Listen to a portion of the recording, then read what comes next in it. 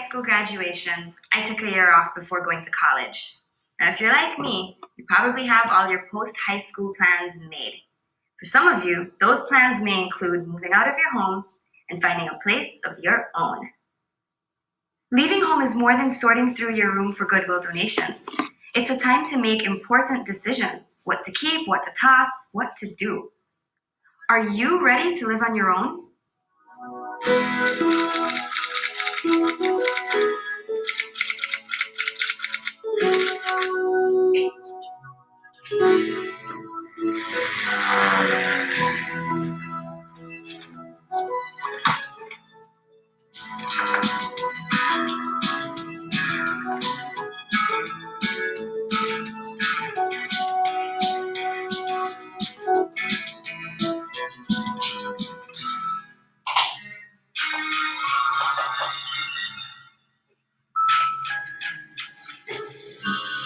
Whoa. Who are you?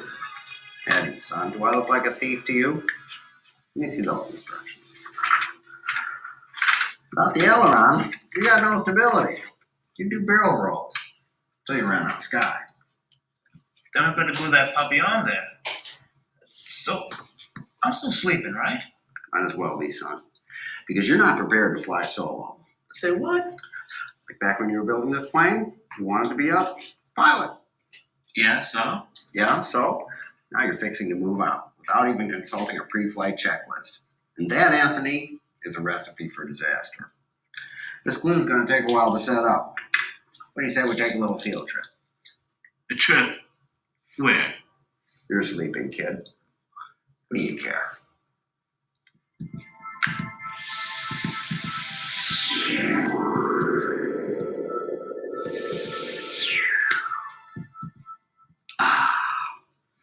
Nothing like a little time travel, though.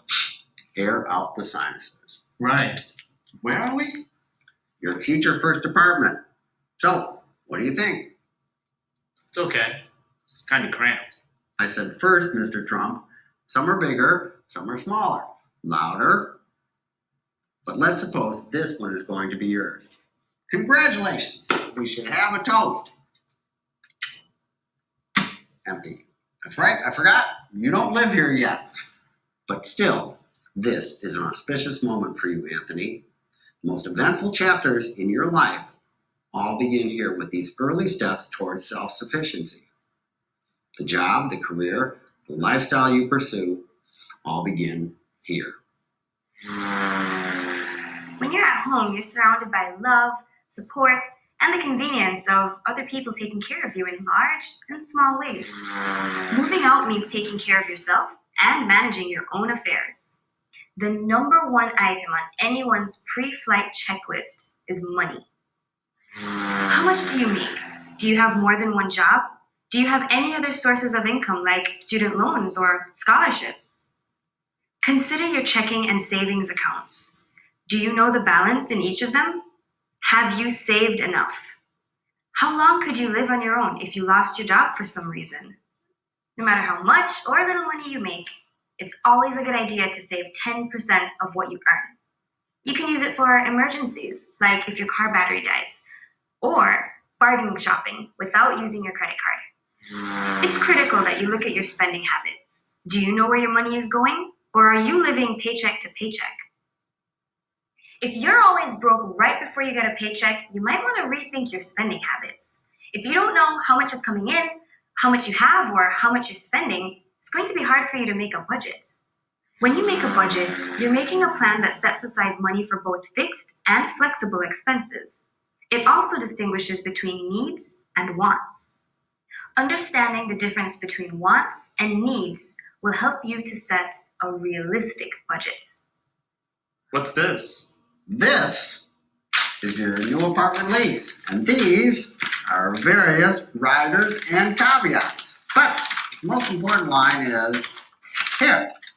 It says you agree to pay $1,000 a month to your landlord. And that, my friend, is a fixed expense. Fail to meet it, and you will be homeless.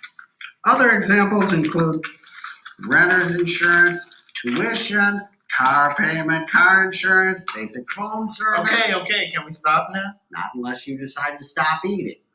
Food and clothing are flexible expenses. That means you still have to have them, but your month-to-month expenditure changes.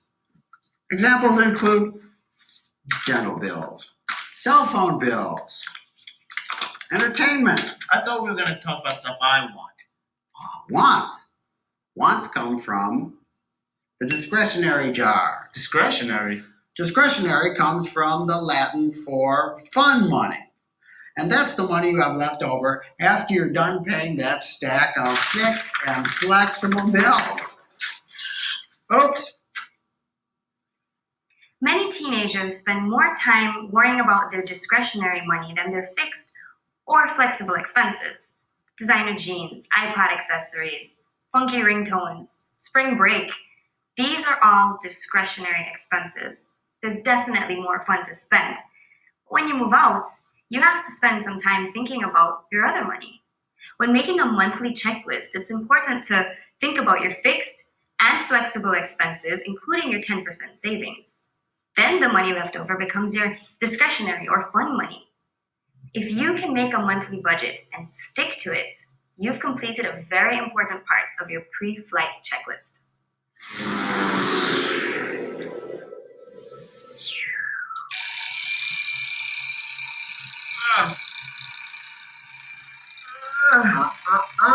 Allow me. I thought we finished your checklist. You thought money was the only thing you needed to budget? What else is there? Time to wake up and smell the pie chart. What? Life ain't a video game, son. You can't buy energy points and you can't buy more time. You all get just 24 hours. And you, Anthony, are going to need to manage every one of them. I thought I was already doing that. Let me guess. You and time are also good friends. Well, crunch time gets to be your enemy, pal. Term papers due, finals week at university, girlfriend trouble, Right. job pressures. And I fixed that how? You're going to have to prioritize tasks and learn to distinguish between what's important and what is urgent. The full circle is 24 hours. Each slice is an allotment of time. At flight school, I break it up like this. Class time, study time. Food prep, dining. Commute time, sleeping, recreation, and body time. Body time. That's time you spend taking care of yourself. Working out, showering, shaving. I never thought I'd have to schedule that stuff. Time is a commodity. The more busy you get, the more precious it gets. When you move out, you become responsible for more than just your money. You become the sole person responsible for managing your time. Your professors don't care if you don't show up for class, but your grades will reflect that skipped class or two. Your employers, they won't call you if you don't show up for work, but you could get fired for missing that shift. In some ways, the world is a less forgiving place when you're not living at home. Just like you set a realistic budget for your money, you should manage your time the same way. First, be realistic. There's only 24 hours in a day, so how are you going to spend it? You might want to make a to-do list for your time. The things you absolutely need to get done are urgent. Final exams, a part-time job, and your classes are all urgent, and you must do them at a specific time or day. Important things are tasks that you have to do but aren't necessarily scheduled. Grocery shopping, paying bills, and an exercise routine are all important, but flexible. Your to-do list of tasks can be put into categories.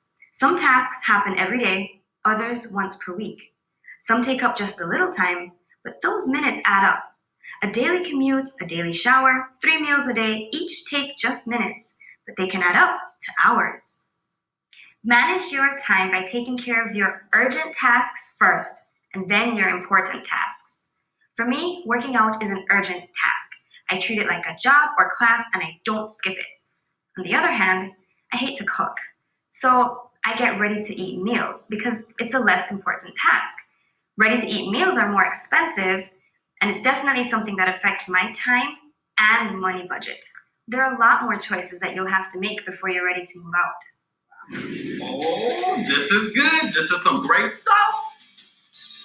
Oh, look at that. He got a plasma screen in the bathroom. Hey, when I move out, I'm gonna get one of those in every room. There's one of those costs like $5,000. What if your house has 10 rooms? Well, not every room then. Oh, wait, no, it's an Auto-Centric. They feature the ransom Oh, what? Marcus, you driving around your dad's car. Man, not for long. When I get my Escalade, maybe I'll give you a ride. Man, would you stop it? Just keep it to one station. Hey, check out that beach house. My cousin Henry got one just like that. Your cousin Henry? Yeah, The one who sells potted plants? How he get a beach house? plants, dude. He's a landscape architect. It's a couple of blocks away from the beach. In fact, he got pelicans on his roof. And a plasma screen in every room? Yeah, man, that's true, man. I've seen it. When I go to Bay State, I'm gonna be rooming with him. If you're nice to me, I'll let you come and visit. Hey, Dad. Something wrong with that door? Starting to warp on me. Figured I better clean it up before your mother gets trapped in the pantry. Yeah, that would not be good. Listen, Dad, I was talking to Des and Marcus. They were telling me about his cousin. Henry, the landscaping tycoon, You know? he has a way of making himself known. He's one of those people who was born on third base and acts like he hit a triple. I don't follow. He's got a trust fund, son. Trust fund? Inherited wealth. They parcel it out to him over time so he doesn't squander it all on cars and toys. So that's how he started his landscape business. I don't know how much business young Henry's into. Looks more to me like he's in the leisure business. Des wants to room with him when he goes to Bay State. That's fine for this, unless he tries to emulate that lifestyle. It goes for you too, son. You're gonna meet a lot of people in life with unrealistic lifestyles. Flash cars and bling jewelry. Plenty of them on TV too. You try to keep up with the Henrys of the world, you're gonna make yourself poor and miserable.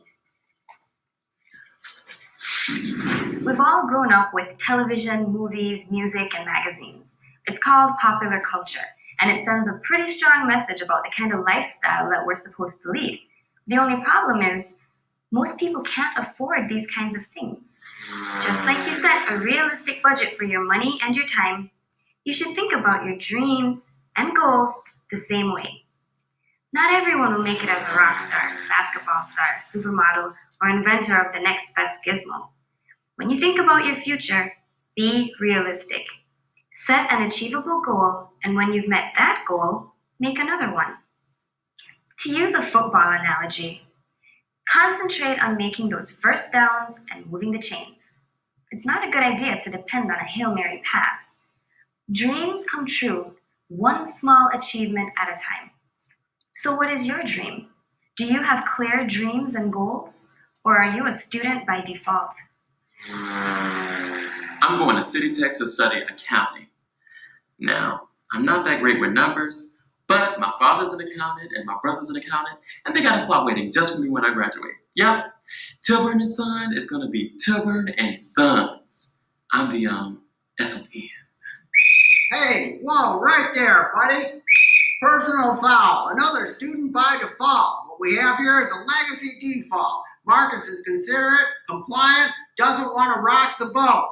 He has no aptitude or interest in the family business whatsoever, but he's headed there on rails nonetheless. If we replay the down, Marcus can be more honest with himself. First down. I feel a lot of pressure to become an accountant and join the family business, but I've always struggled with math. I'm so much better with biology and chemistry. Oh, and I love animals. I've always had pets and I enjoy taking care of them. You know, I think I'd be better suited for something like veterinary school.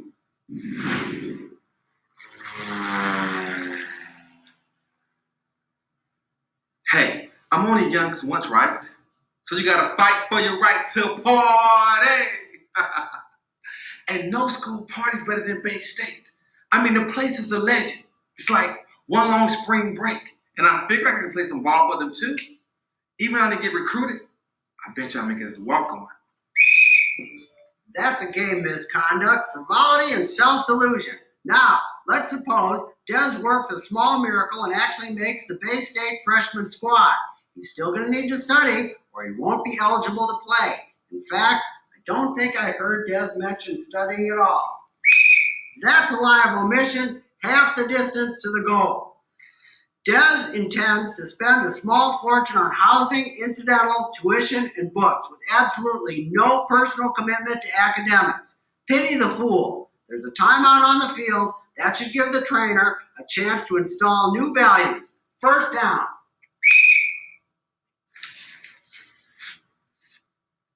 Well, I've been thinking about my orientation trip to Bay State, and I figured I'd always play some intramural basketball, just to keep my edge. But the real object is to pull up some grades, establish myself as a student. I even consider rooming out a friend, but only if there's no hazing policies. And I might just even join a study group, which includes women, of course. But it's not about me and chicks for me. This time around, it's about getting an education. For the first 18 years, your life has been one way. When you move out, your surroundings will change and you'll have to change with them. Being ready to move out means being prepared to make some adjustments. You'll have new institutions to adjust to, whether it's a college, a VOTEC, or a new job. You'll also have to adjust to a new locale, even if you're just moving across town.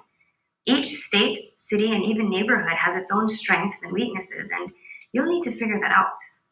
Everything from the food to the weather could be different, so you have to be flexible and be prepared to expect the unexpected. Leaving your home state to attend college or a trade school can be your best option and a great adventure. But if you do, keep in mind that you're going to sacrifice something precious: proximity. There's nothing like having parents, siblings, or a trusted relative in the same town. They provide a kind of personal 911 that you're going to miss. To compensate for that, you should explore the many support resources in your college and in the community.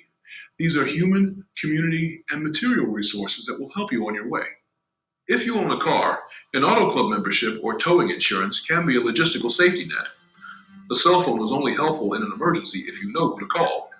Emotional support for your life quest, for your academic choices, is crucial. Never discount the value of someone who calls just to check up on you.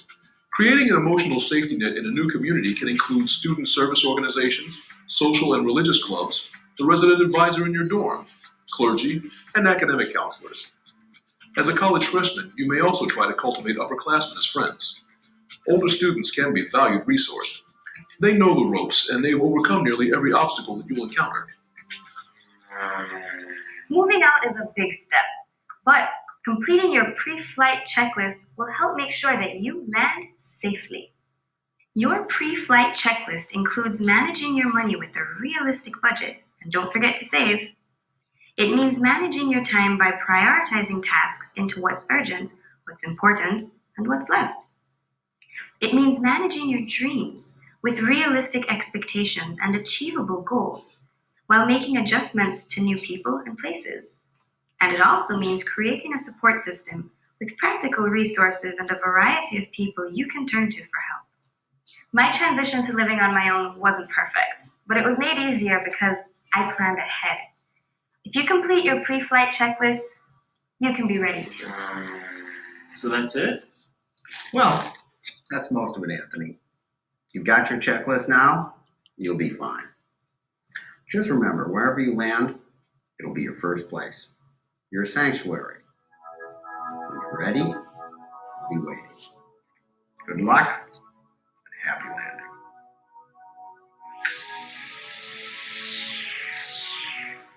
landing.